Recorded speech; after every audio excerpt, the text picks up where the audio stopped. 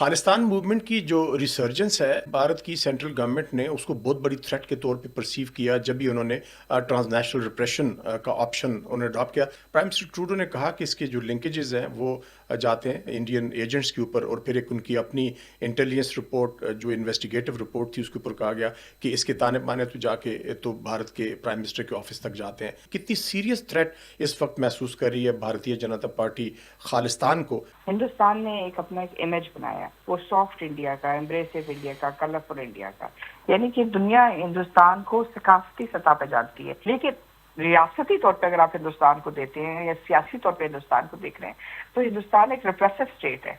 यानी कि अभी तक उन्होंने उसको ना प्रोविंसेस को, जो उनके जो फेडरेटिंग यूनिट्स हैं उनको इतनी स्पेस दी है कि वो खुद गवर्न कर सके, ना उनकी डेवलपमेंट का जो कर्व है वो बराबर है। और इंडिया के अंदर अगर आप देखें तो एक सतह पे जो क्रिमिनल पॉलिटिकल एलिमेंट्स हैं वो डोमिनेट करते हैं उनकी सियासत को।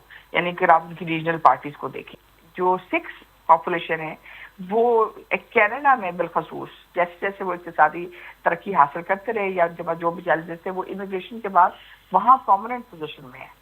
उस प्रोमिनेंस की वजह से इनके लिए एक प्रॉब्लम है कि जो इनका ख्याल था कि अगर इनके लीडर्स को हमने नहीं एलिमिनेट किया तो शायद एक चैलेंज जो है रियल हो जाए।